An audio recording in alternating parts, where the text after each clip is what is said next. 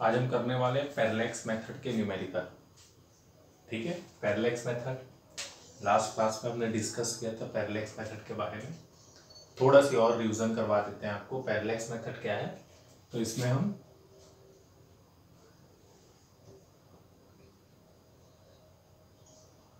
Length का measurement करते हैं। इसको मेजर करते हैं लेंथ को।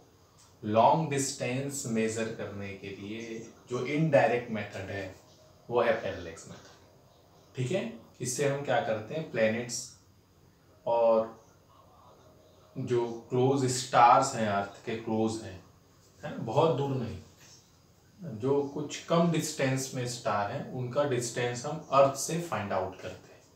ठीक है, ये इनडायरेक्ट मेथड है मेजरमेंट का। इनडायरेक्ट मेथड मतलब बिना हम वहां जाए, है ना, अर्थ में रह के प्लैनेट्स के डिस्टेंस, ठीक है, उन स्टार्स के डिस्टेंस जो बहुत दूर नहीं है, वो डिस्टेंस को हम पैरेलैक्स मेथड से मेजर करते हैं। ठीक है, बाकी सब मैंने पैरेलैक्टिक एंगल, पैरेलैक्स मेथड की डेफिनेशन, ये पूरा लास्ट वीडियो में पूरा एक्सप्लेन किया है, आप चाहे तो देख सकते हैं जाके। ठीक है, आज हम इसके न्यूमेरिकल करने वाले हैं। ठीक है, तो हम थोड़ा सा रिविजन करते हैं कि ये ए बी हमारा दो ऑब्जर्विंग पॉइंट है, ए बी दो ऑब्जर्विंग पॉइंट है, और ये एक डिस्टेंट स्टार है या डिस्टेंट ऑब्जेक्ट है या डिस्टेंट प्लैनेट्स है। ठीक है, जब हम इसको ए से और बी से ऑब्जर्व करेंगे तो यहाँ पर एक एंगल फॉर्म होगा, डेट इज पैरालैक्टिक एंगल।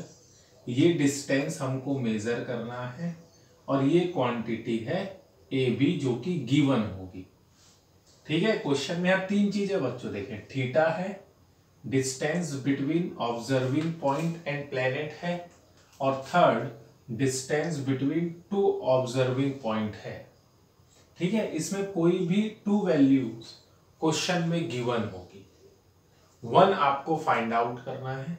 इनका रिलेशन क्या है, तो इनका रिलेशन है theta is equal to angle is equal to arc upon radius. ठीक है, ये बिल्कुल याद रखें। अब दिमाग में क्वेश्चन ये आ रहा होगा आपके कि जब आप सर्कल करते हैं तो ये जो आर्क होता है ए बी, ये जो आर्क होता है ये स्ट्रेट लाइन नहीं होता। ठीक है ना, theta is equal to arc upon radius. ठीक है, यहां पर थीटा जो है वो स्ट्रेट लाइन, थीटा क्या है, सॉरी ए बी क्या है, स्ट्रेट लाइन है। तो ये स्ट्रेट लाइन इसलिए क्योंकि थीटा बहुत स्मॉल है। जब आप कोई डिस्टेंट ऑब्जेक्ट को देखते हैं तो आई साइड पे ऑब्जेक्ट जो एंगल बनाती है वो एंगल बहुत छोटा होता है। ठीक है, तो अगर ये ए बी दूर जाता जाए, अगर ये ऑब्जर्विंग पॉइंट ये रहा है ना, और ये ऑब्जेक्ट है आपका पी, अगर आप इसको ऑब्जर्व करें बहुत दूर से, ठीक है, तो ये जो थीटा है ये बहुत छोटा होगा, बहुत छोटा होगा। तो ये जो आर्क है ये दिखेगा आपको स्ट्रेट लाइन के इक्वल। ठीक है, ये फिजिक्स में एक अजम्पशन है जिसको आपको ध्यान रखना है।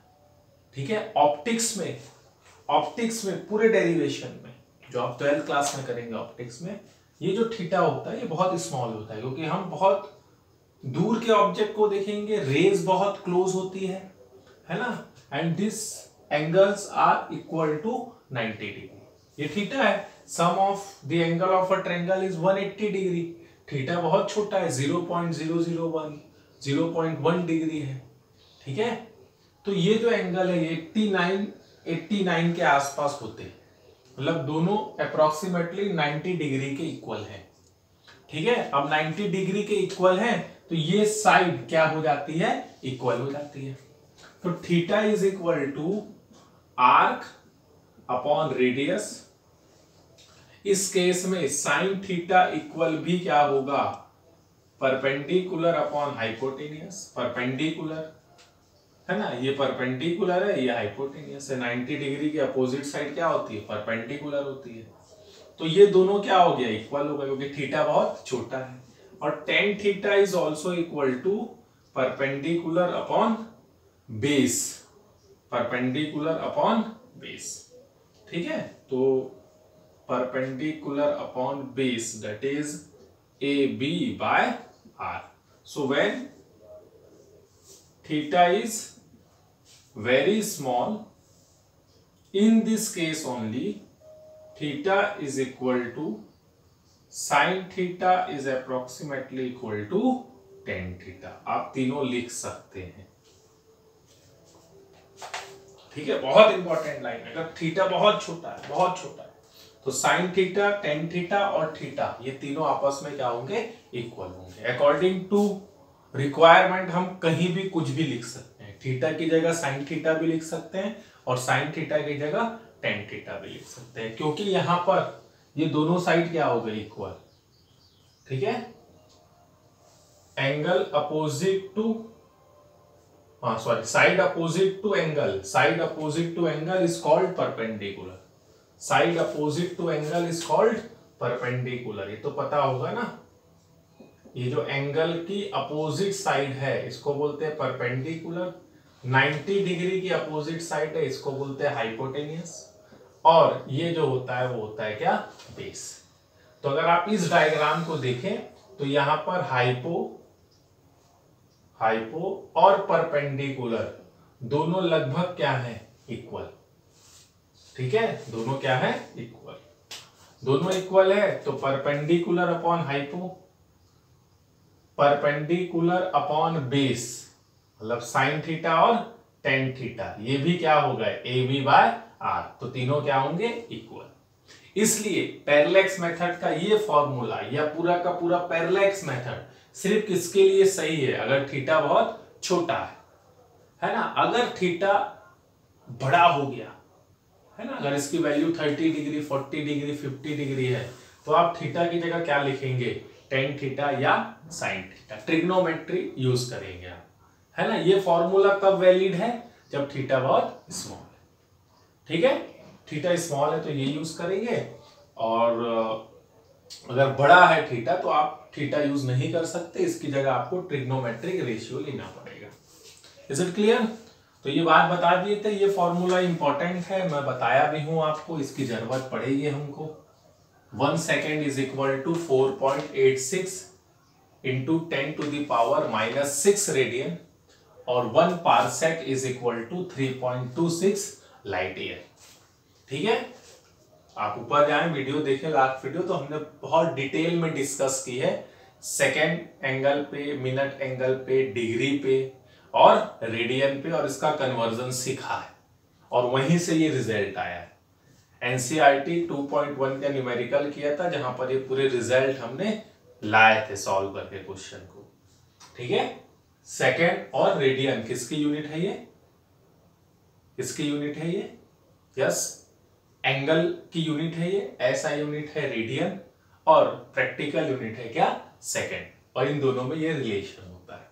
अच्छा, अगर आपसे कोई पूछ दे कि भाई कौन सी यूनिट स्मॉलर है, सेकेंड की रेडियन, ठीक है, या ऐसा पूछ दे which is the smallest unit of angle, degree, minute, radian और क्या, सेकेंड। तो मैंने बताया था कि अगर 90 डिग्री को 90 इक्वल पार्ट्स में डिवाइड करें आप, तो आपको क्या मिलता है, each part is equal to 1 degree. उस 1 डिग्री को अगर आप 60 इक्वल पार्ट्स में डिवाइड करें, तो जो उसका ईच पार्ट होगा वो कितना होगा, 1 मिनट। उस 1 मिनट को फिर अगर आप 60 पार्ट में डिवाइड करें, तो 1 पार्ट कितना होगा, 1 सेकेंड का होगा, और 1 सेकेंड इज इक्वल टू कितना होता है, 4.86 into 10 to the power -6 radian. मतलब डिग्री और मिनट ये तो बड़ी यूनिट है, अब बचा कौन, सेकेंड और रेडियन। इन दोनों में बड़ा कौन है, सोच के बताएं।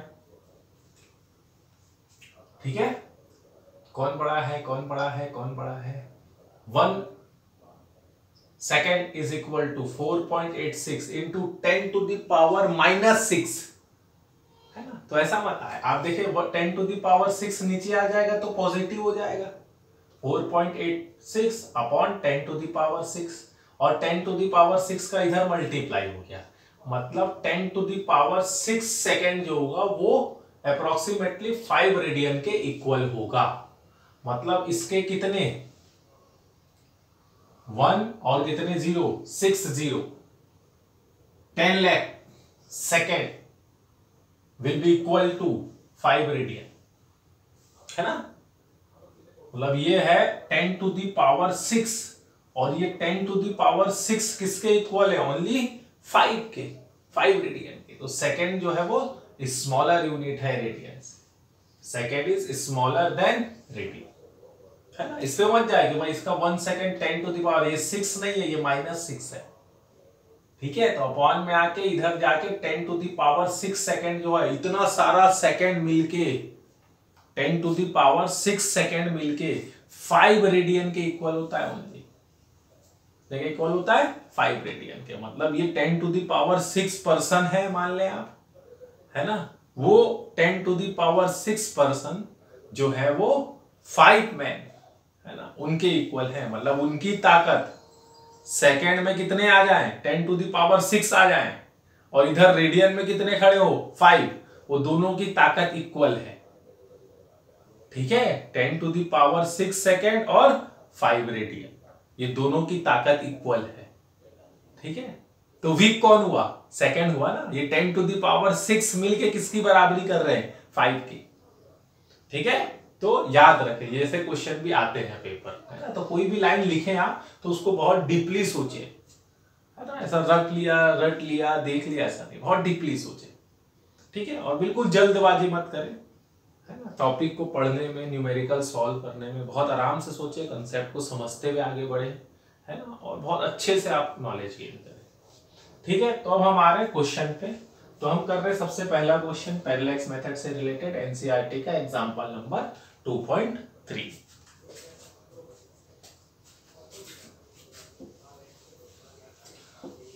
तो पैरेलल मेथड जो है वो इनडायरेक्ट मेथड ऑफ मेजरमेंट है। दो तरह के मेजरमेंट होते हैं, एक होता है डायरेक्ट मेथड और एक होता है इनडायरेक्ट मेथड। डायरेक्ट मेथड वो होता है जब हम एक्चुअली किसी लेंथ को मेजर करते हैं। इनडायरेक्ट मेथड वो होता है जहां हम एक्चुअल मेजरमेंट नहीं करते, है ना। घर में बैठे बैठे मून का रेडियस बता देते हैं, घर में बैठे बैठे सन का डायमीटर बता देते हैं, ठीक है। रोड में खड़े होके किसी बिल्डिंग की हाइट बता देते हैं, ठीक है, वहां बिना पहुंचे, बिना स्केल लिए, है ना, with the help of trigonometry. ठीक, और भी कई मैथमेटिक्स के टर्म है जो हम यूज करते हैं। तो हमारे एनसीईआरटी एग्जांपल नंबर 2.3 में क्वेश्चन ये बोलता है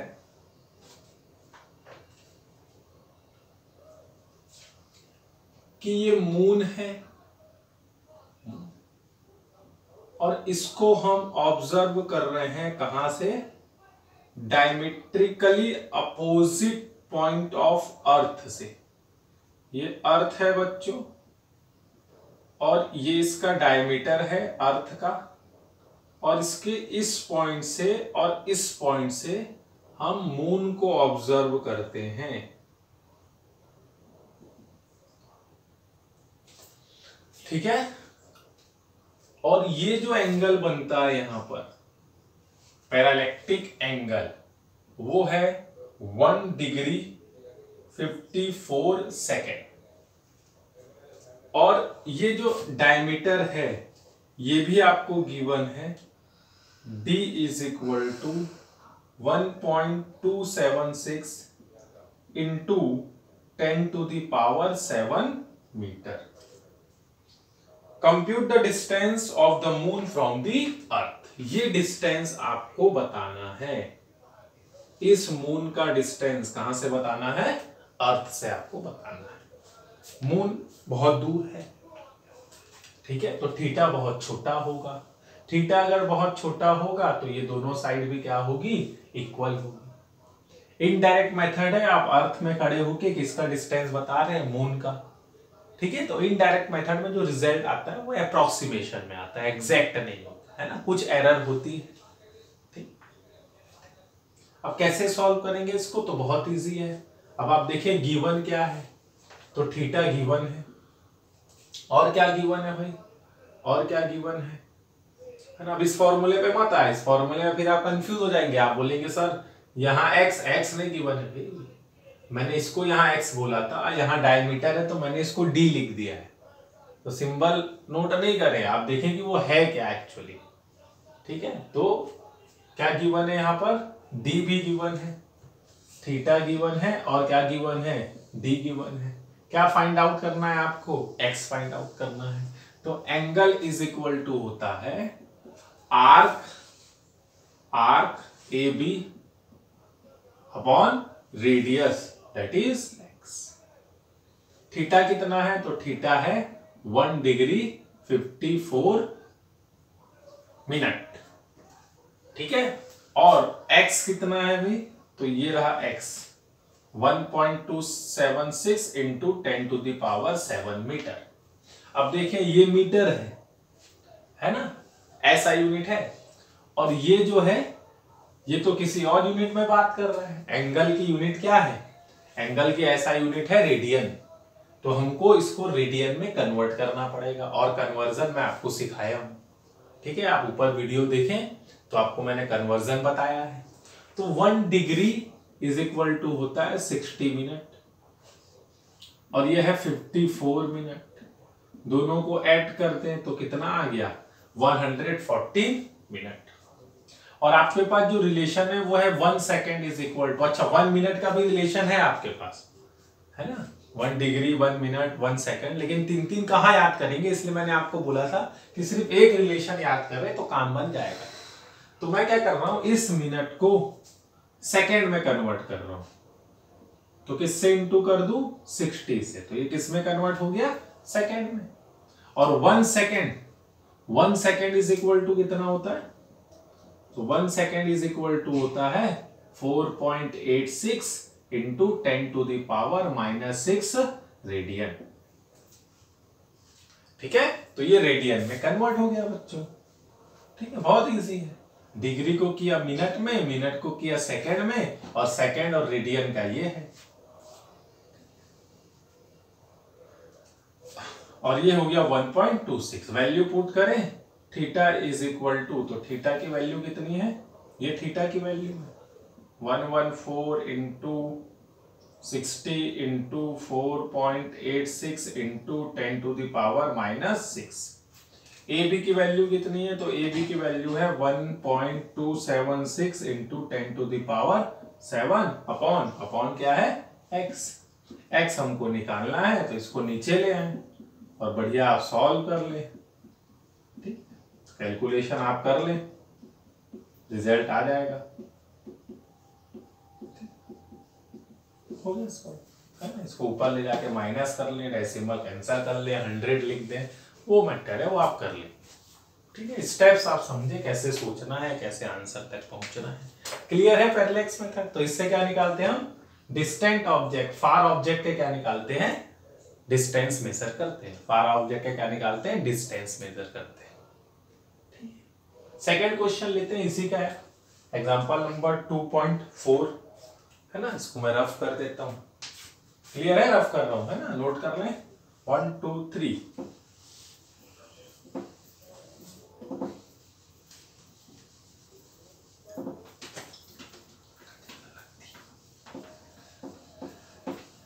फॉर्मूले की अलग से डायरी बना ले बच्चों, जो रिजल्ट, जो डेरिवेशन हम करेंगे, उसके जो रिजल्ट आएंगे, जो रिलेशन आएंगे, उस सबको डायरी में नोट करें, उन सबको डायरी में नोट करें, और रोज कम से कम 5 टाइम्स उसको रीड करें, है ना। तब एक ही दिन में सब नहीं मिलने वाला है, रीड करते जाएंगे तो वो आपको याद हो जाएगा।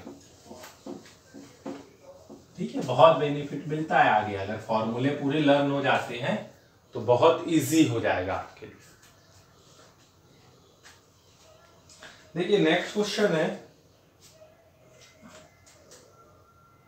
ये है सन बच्चों, यह है सन, ठीक है, और इसका जो एंगुलर डायमीटर है, एंगुलर डायमीटर क्या होता है, तो देखिए ये हाइट, मान लो ये कोई लेंथ है ए बी, है ना।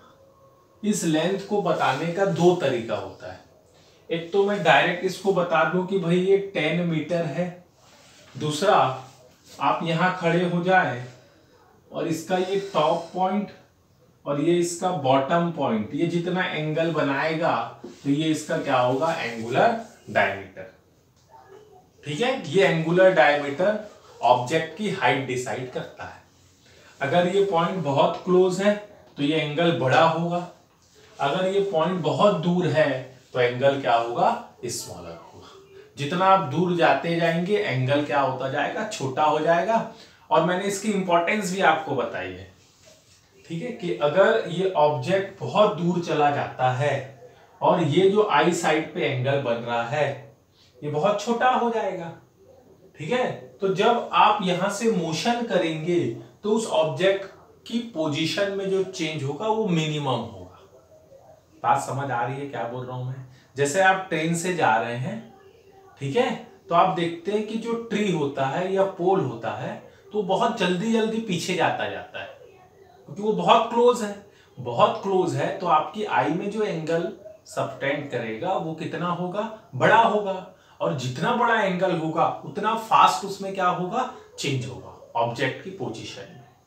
वही अगर आप बहुत दूर के टेंपल को देखें, है ना, अगर आप यहां से इधर जा रहे हैं नागपुर तरफ, तो अगर आप डोंगरगढ़ में मंदिर को देखें, है ना, तो वो मंदिर बहुत दूर तक आपको दिखाई देता है। बात समझ आ रही है? आपकी ट्रेन चलते जा रही है, आपको मंदिर वाला सामने है, सामने मतलब एकदम स्ट्रेट ही दिखता है मंदिर, लेकिन आप मूव करते जा रहे हैं। ऐसा क्यों होता है? क्योंकि वो बहुत डिस्टेंट ऑब्जेक्ट, वो डिस्टेंट ऑब्जेक्ट है, और डिस्टेंट ऑब्जेक्ट जो आपकी आई में एंगल सबटेंड करेगा वो बहुत छोटा होगा। तो एंगल जितना छोटा होगा तो चेंज उतना कम होगा, तो वो आपको बहुत दूर तक दिखाई देता है, ठीक है। तो इसकी भी अपनी इंपॉर्टेंस है। और यही एंगल होता है पैरालैक्टिक एंगल, दैट इज पैरेलैक्स, ठीक है। तो हम क्या कर रहे हैं, इस सन को ऑब्जर्व कर रहे हैं, कहां से, अर्थ से, ठीक है। तो इसका जो एंगुलर डायमीटर है, इसका जो एंगुलर डायमीटर है वो कितना है, 1920 सेकेंड, एंगुलर डायमीटर, ठीक है। और ये ऑब्जर्विंग पॉइंट है, इसको आप O बोलते हैं। And the distance of the sun from the earth is 1.496 into 10 to the power 11 metre, ये है। अब आपको बताना है what is the diameter of the sun, sun का ये डायमीटर आपको बताना है, ठीक है। अब देखिए इंटरेस्टिंग रिजल्ट है। अब आपको ये भी आइडिया हो जाएगा कि सन का डायमीटर कितना है। भाई सन तक तो आप जा नहीं सकते, भाई वो तो बहुत हॉट है ना। अगर आप वहां जाएंगे तो उसके पहले ही क्या होगा, इतनी ज्यादा हीट आपको मिलेगी कि आप रिटर्न हो जाएंगे, उसके क्लोज तो आप जा ही नहीं सकते, ठीक है। तो इसके क्लोज, लेकिन फिर भी आप क्या बता रहे हैं, डायमीटर ऑफ द सन, जो डायरेक्टली पॉसिबल भी नहीं है, डायरेक्टली इसको मेजर करना पॉसिबल ही नहीं है, लेकिन फिर भी आप अर्थ में रह के सन के अंदर का क्या बता रहे हैं, डायमीटर बता रहे हैं, with the help of parallax method, ठीक है। तो इतना इंपॉर्टेंस है मेथड की, देखिए आप, ठीक है। वो चीजें जहां हम पहुंच भी नहीं सकते वहां हम कैलकुलेशन कर रहे हैं, जहां हम पहुंच भी नहीं सकते वहां का क्या कर रहे हैं, हम कैलकुलेशन कर रहे हैं, ठीक है। तो हम बता रहे हैं डायमीटर ऑफ सन हमको यहां पर मेजर करना है। तो डायमीटर ऑफ सन निकालने के लिए बहुत इजी है, थीटा इज इक्वल टू, मैंने अभी आपको बताया, arc upon radius, arc upon radius, ठीक है। थीटा कितना है, तो थीटा है 1920 सेकेंड। काम नहीं चलेगा भाई, सेकेंड तो यूनिट है ही नहीं, ऐसा यूनिट क्या है, एंगल की, रेडियन है, अभी आपको बताया। ए भी आपको फाइंड आउट करना है, ए भी आपको निकालना है। और रेडियस कितना है इसका, angle is equal to arc upon radius, ए भी हमको निकालना है, रेडियस कितना है, डिस्टेंस कितना है, that is 1.496 into 10 to the power 11 metre. अब इसका इधर मल्टीप्लाई कर दें, उसके पहले इसको रेडियन में कन्वर्ट कर दें। 1920 into 1 second is equal to 4.86 into 10 to the power -6 radian multiplied by 1.496 into 10 to the power 11। ठीक है, ये रिजल्ट आपका आ गया AB। ठीक है, कैलकुलेट कर लें। फिर भी मैं यहाँ रिजल्ट लिख रहा हूं क्योंकि इंपॉर्टेंट रिजल्ट है। 1.39 इंटू 10 टू द पावर 9। जहां तक बने वहां तक छोड़ दो, पावर को सॉल्व कर लो, है ना, ये तरीका होता है। पावर को सॉल्व कर लो, जहां तक बने वहां तक छोड़ दो, है ना। पेपर में जो क्वेश्चन आते हैं उसके डिजिट थोड़े इजी होते हैं, मेथड तो यही होता है, डिजिट इजी होती है तो आपका कैलकुलेशन होता है। ठीक है, बहुत इजी वे में ये क्वेश्चन सॉल्व। क्वेश्चन बनाते समय बिल्कुल जल्दबाजी मत करें, आराम से सोचें क्वेश्चन में क्या गिवन है, क्या फाइंड करना है, उनका क्या रिलेशन है, ठीक है, कैसे कैसे वहां तक पहुंचना है। तो न्यूमेरिकल आपको बहुत इजी लगेगा। और बिना न्यूमेरिकल के यार फिजिक्स होना नहीं है, तो न्यूमेरिकल से डरे ना, है ना। धीरे धीरे न्यूमेरिकल सॉल्व करें, 1 2 फिर थोड़ा बढ़ाएं, 3 4 करें, फिर 5 करें, फिर 10 करें। धीरे धीरे आपका इतने सारे न्यूमेरिकल हो जाएंगे, है ना, कि आपको कॉन्फिडेंस लेवल आपका बढ़ता जाएगा, आपको लगेगा मैंने कितना कर। ठीक, तो ये क्वेश्चन नोट करें, फिर नेक्स्ट क्वेश्चन पे आते हैं।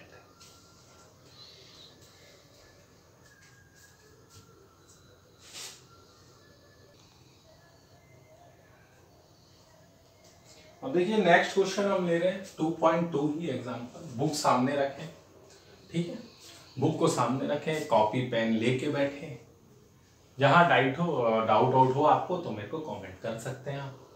एनसीईआरटी एग्जांपल नंबर 2.2 क्या बोलता है क्वेश्चन? क्वेश्चन ये है कि हम जो है एक टावर को ऑब्जर्व कर रहे हैं और इसका डायग्राम गिवन भी है, ये पॉइंट सी है और हम ऑब्जर्व कर रहे हैं ए से। ठीक है,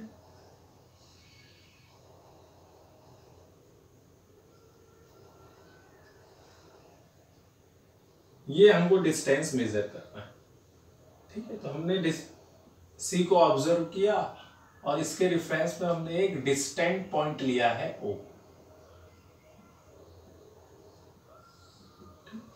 अब हम क्या करते हैं, यहां से परपेंडिकुलर हम मूव कर रहे हैं और हम पहुंच गए हैं पॉइंट बी पे। कितना मूव किए हम? तो हम मूव किए हैं 100 मीटर। और कहां पहुंच गए हम? बी में।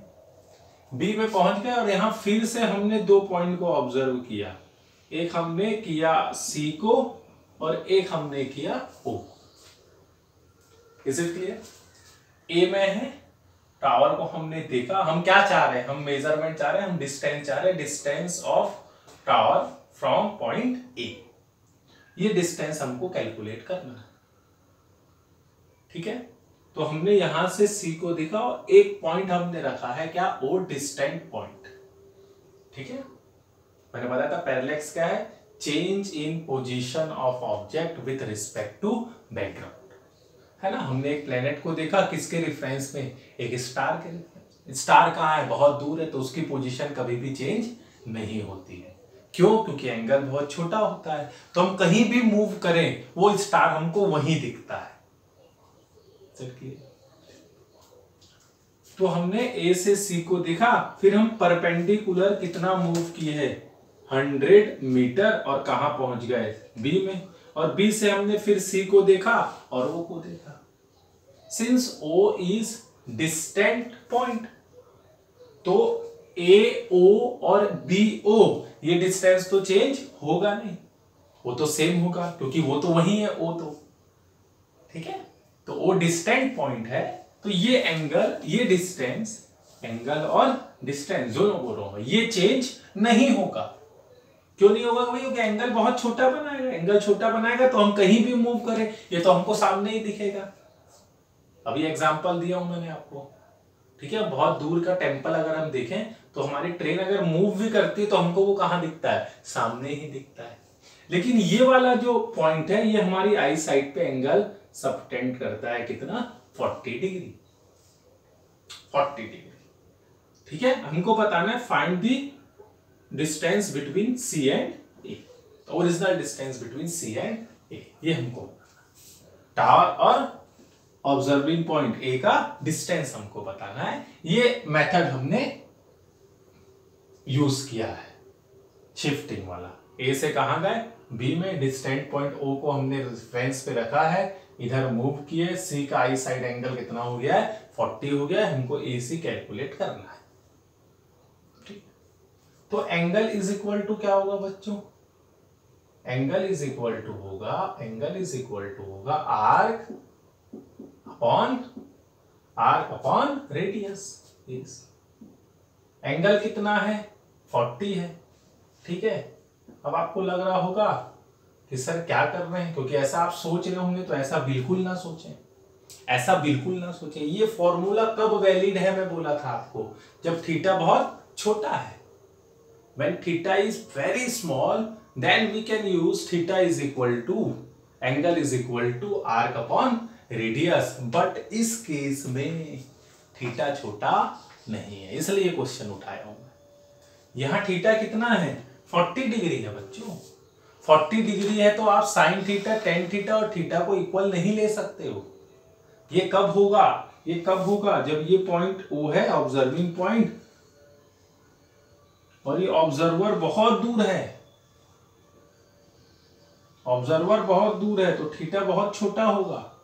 If theta is very small then this side will be equal, तब जाके परपेंडिकुलर अपॉन हाइपो एंड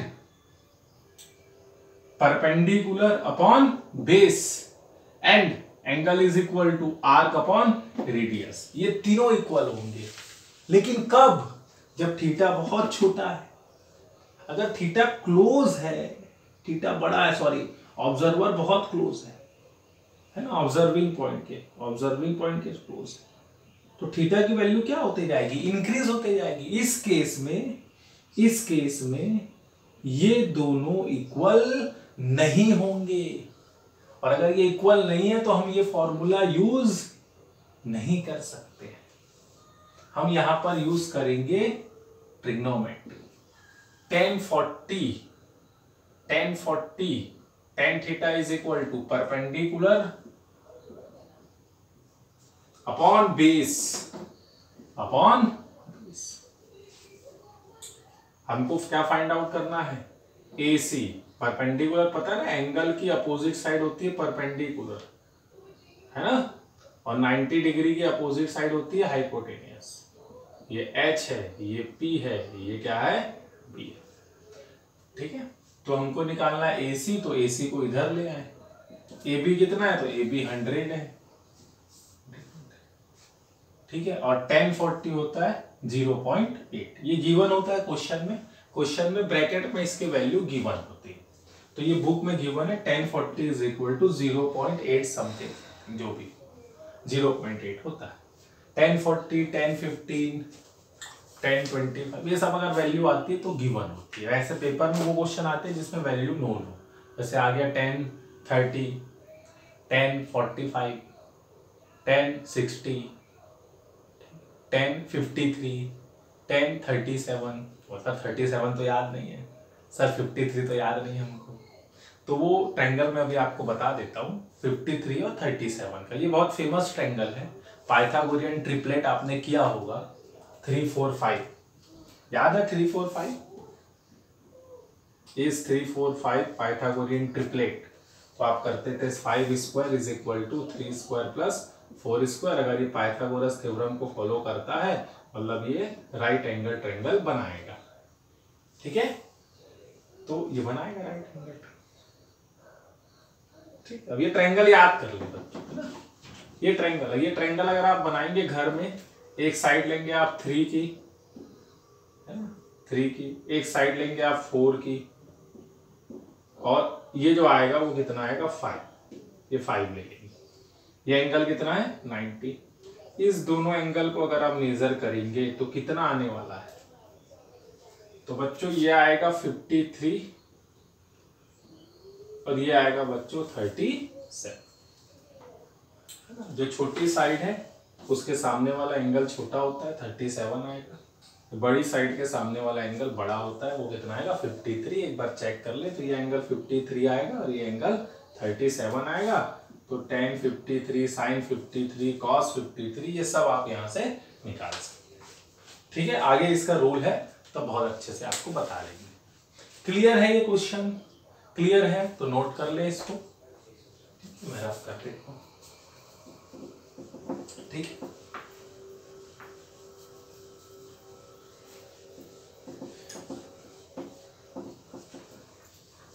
और भी क्वेश्चन है इसमें, आप देखें 2.20 2.19 उसको ट्राई करें।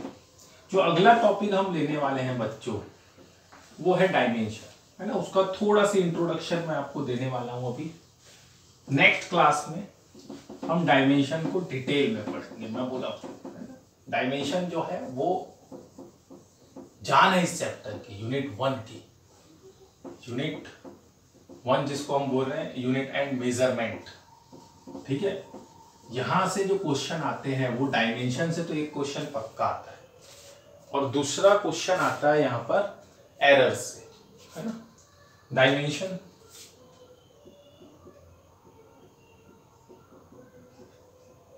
ठीक है, विमी सूत्र डायमेंशनल फॉर्मूला हम देखने वाले हैं। ठीक है, डायमेंशंस क्या है? तो डायमेंशन एक्चुअल में होता किसका है पहले तो ये समझ ले। तो डायमेंशन जो होता है वो डिराइव्ड क्वांटिटी का होता है। किसका होता है? Derived quantity. देखिए फिजिक्स में जो क्वांटिटी है ना, physical quantity,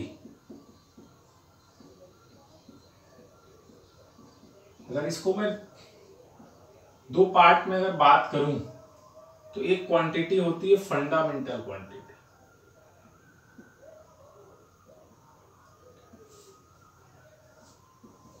fundamental physical quantity, और जो सेकेंड क्वांटिटी है वो है डिराइव्ड क्वांटिटी, डिराइव्ड फिजिकल। ठीक है, टू पार्ट में हमने डिवाइड किया इसको, एक फंडामेंटल फिजिकल क्वांटिटी और एक डिराइव्ड फिजिकल क्वांटिटी। फंडामेंटल जो फिजिकल क्वांटिटी है जिसके बारे में मैंने आपको बताया है कि इससे पूरा फिजिक्स बना है ना। और ये क्वांटिटी टोटल कितनी है? 7 है और 2 सप्लीमेंट्री है। 7 वो क्वांटिटीज हैं जो अदर क्वांटिटी पे डिपेंड नहीं करती है। फॉर एग्जाम्पल मास और टाइम, ये दो अलग अलग फिजिकल क्वांटिटी है और मास का टाइम पे कोई इफेक्ट नहीं होता और टाइम को मास से कोई लेना देना नहीं है।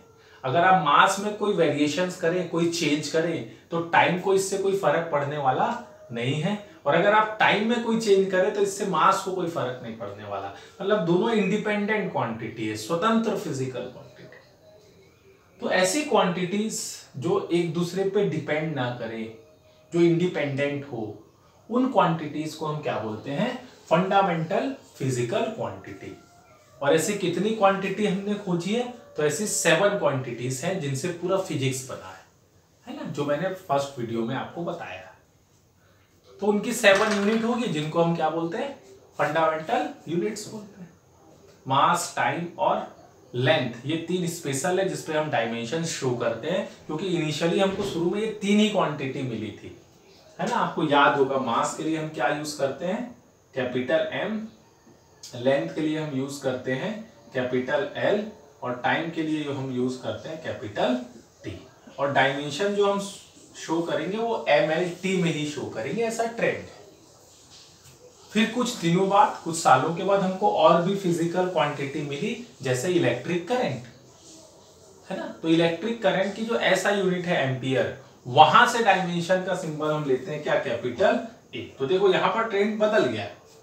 शुरू में जो डायमेंशन शो किया जा रहा था वो इस वर्ड का फर्स्ट लेटर उठा रहे थे, M, यहां से L और यहां से क्या? T।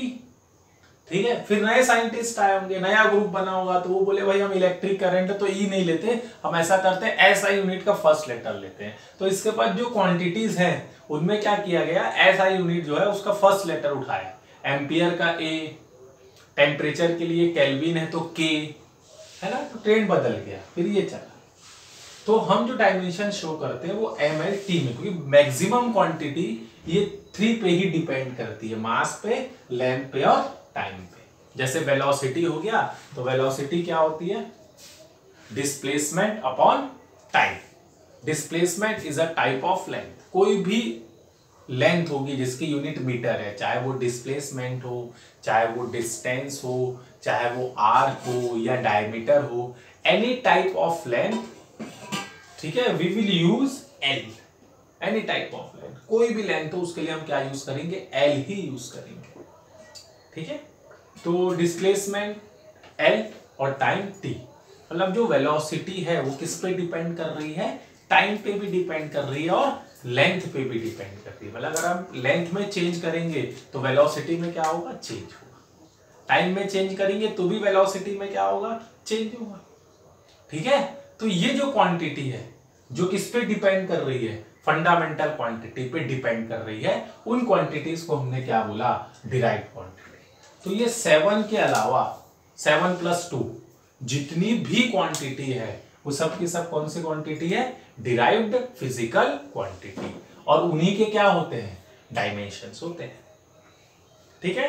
दूसरी चीज, डायमेंशन पढ़ क्यों रहा है? इसकी इंपॉर्टेंस क्या है फिजिक्स में, है ना? तो डायमेंशनल फॉर्मूले की जो इंपॉर्टेंस है दोस्त, है ना, वो बताएगा हमको कि वो जो डायमेंशनल फॉर्मूला है वो जिस भी क्वांटिटी का है, जैसे वेलोसिटी का अगर मैं डायमेंशनल फॉर्मूला निकालूं तो ये होगा डिस्प्लेसमेंट अपॉन टाइम।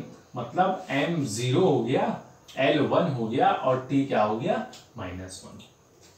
तो ये इंफॉर्मेशन देता है कि वेलोसिटी पे मास का इफेक्ट नहीं होता है। मतलब अगर मास को मैं इंक्रीज या डिक्रीज करूं, इससे वेलोसिटी को कोई इफेक्ट नहीं होता, क्योंकि इसका डायमेंशन कितना है? 0 है। लेंथ का डायमेंशन कितना है? 1 है। मतलब velocity is directly proportional to length. अगर मैं लेंथ में चेंज करूंगा तो वेलोसिटी में पॉजिटिव चेंज आएगा। मतलब अगर मैं लेंथ इंक्रीज करूं तो वेलोसिटी भी क्या होगी? इंक्रीज होगी। और मैं लेंथ को डिक्रीज करूं तो वेलोसिटी भी क्या होगी? डिक्रीज होगी। और टाइम का जो रिलेशन है वो इनवर्सली प्रोपोर्शनल का है बच्चों। t -1 है। मतलब टाइम को अगर मैं इंक्रीज करूंगा तो वेलोसिटी डिक्रीज होगी, टाइम को डिक्रीज करूंगा तो वेलोसिटी इंक्रीज होगी। इसका थोड़ा फील लाते हैं आपको। देखिए नेचर में ही पूरा फिजिक्स है। Study of nature is called physics. पूरा फिजिक्स जो है ना नेचर पे है ना। अगर आप फिजिकल फिनोमिना को नेचर से कहीं पर आपके आसपास रिलेट कर लेंगे तो वो कंसेप्ट तुरंत क्लियर हो जाएगा, ठीक है। देखिए ये है एक पोजीशन ए और ये है पोजीशन बी, है ना। आप इस लोकेशन से इस लोकेशन में ट्रेवल कर रहे हैं और जो डिस्टेंस है वो है 100 किलोमीटर, ठीक। अब मैं आपको बोलता हूं कि आपको ए से बी में जाना है। अच्छा देखिए यहां दो क्वांटिटी एल और टी, लेंथ और टाइम। अगर मैं लेंथ की बात करूंगा तो टाइम कांस्टेंट होगा, और अगर मैं टाइम का वेरिएशन देखूंगा तो लेंथ को क्या लेना पड़ेगा? कांस्टेंट। कोई भी डिपेंडेंसी एक के साथ होगी। अगर आप लेंथ भी चेंज करेंगे, टाइम भी चेंज करेंगे तो कोई रिजल्ट नहीं आना है। ये फिजिक्स का रूल है।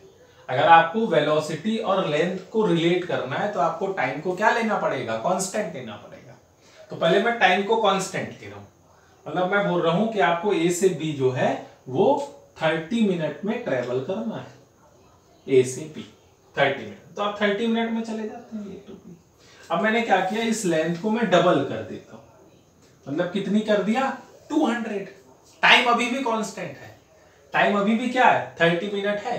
मैं आपको बोला ए टू सी जाइए आप, लेंथ को मैंने डबल कर दी, कितनी? 200। लेकिन उतने ही टाइम में जाइए तो आपको स्पीड क्या करना पड़ेगा? बढ़ाना पड़ेगा। तो लेंथ बढ़ी तो स्पीड भी क्या हुई? वेलोसिटी भी क्या हो गई? इंक्रीज हो गई। Velocity in one direction, that magnitude of velocity is called speed. अगर एक डायरेक्शन में मोशन हो रहा है तो हम वेलोसिटी को स्पीड बोल सकते हैं, ठीक है। तो अगर मैं लेंथ को इंक्रीज कर रहा हूं तो वेलोसिटी भी क्या हो रही है? इंक्रीज हो रही है। बात समझ आ रही है? लेंथ को मैंने डबल कर दिया, टाइम अभी भी कांस्टेंट है। मैं बोला अब ए से सी जाइए इतने ही टाइम में, तो आपको स्पीड को बढ़ाना पड़ेगा। अगर आप पहले 50 की स्पीड में ट्रेवल कर रहे हैं तो अब आपको 100 करनी पड़ेगी, है कि नहीं? डायरेक्ट रिलेशन पॉजिटिव पावर का। लेंथ बढ़ाएंगे तो वेलोसिटी भी क्या होगी? इंक्रीज होगी, है ना। अब मैं टाइम से रिलेट कर रहा हूं, तो टाइम से रिलेट करने के पहले आपको बता रहा हूं लेंथ क्या करना पड़ेगा? कांस्टेंट। लेंथ क्या करना पड़ेगा? कांस्टेंट। वापस वही कहानी में आइए, आपको A to B जाना है 100 किलोमीटर, आपको मैंने टाइम दिया 30 मिनट, तो आप चले गए बढ़िया 50 की स्पीड से। मैं बोला भैया इसको आप क्या करो, मेरे को यही डिस्टेंस ट्रेवल करो कितने में, 15 मिनट में। लेंथ वही है, टाइम को मैंने डिक्रीज कर दिया, टाइम को डिक्रीज कर दिया, तो जल्दी जाना है आपको, तो स्पीड क्या होगी, इंक्रीज होगी। तो अगर आप टाइम को डिक्रीज करते हैं तो वेलोसिटी क्या होगी, इंक्रीज होगी। तो ये इंफॉर्मेशन देता है हमको डायमेंशन। और भी कई इंपॉर्टेंस है, 3 एप्लीकेशन है, इससे डिराइव करेंगे हम फॉर्मूला, है ना, यूनिट को रिलेट करेंगे, बहुत बढ़िया बढ़िया क्वेश्चंस बनते हैं यहाँ पर, सब अच्छे से बताएंगे। लेकिन ये बेसिक चीज है, इसको अच्छे से समझिए, है ना। अगर मैं किसी भी फिजिकल क्वांटिटी का आपको डायमेंशन दे दूं तो आप बता देंगे कि कौन सी फंडामेंटल क्वांटिटी उस डिराइव्ड फिजिकल क्वांटिटी पे इफेक्ट करती है और कैसे कर रही है, ये इंपॉर्टेंस है डायमेंशन। ठीक है, तो नेक्स्ट क्लास में बहुत डिटेल से स्टडी करेंगे हम किसकी, डायमेंशंस की। ठीक है, अगर वीडियो आपको अच्छा लगा हो तो लाइक करें, चैनल को सब्सक्राइब करें, शेयर करें। ठीक, क्या यार हम लोग को भी अच्छा लगता है, कॉन्फिडेंस बढ़ता है और अच्छा करने की कोशिश करते हैं। अब बिना बच्चों के पढ़ाना थोड़ा सी वो लगता है, बट ट्राई कर रहे हैं अच्छा देने के आपको। ठीक है, थैंक यू वेरी मच। अच्छे से रहें, सेफ रहें, घर में रहें और पढ़ाई करें।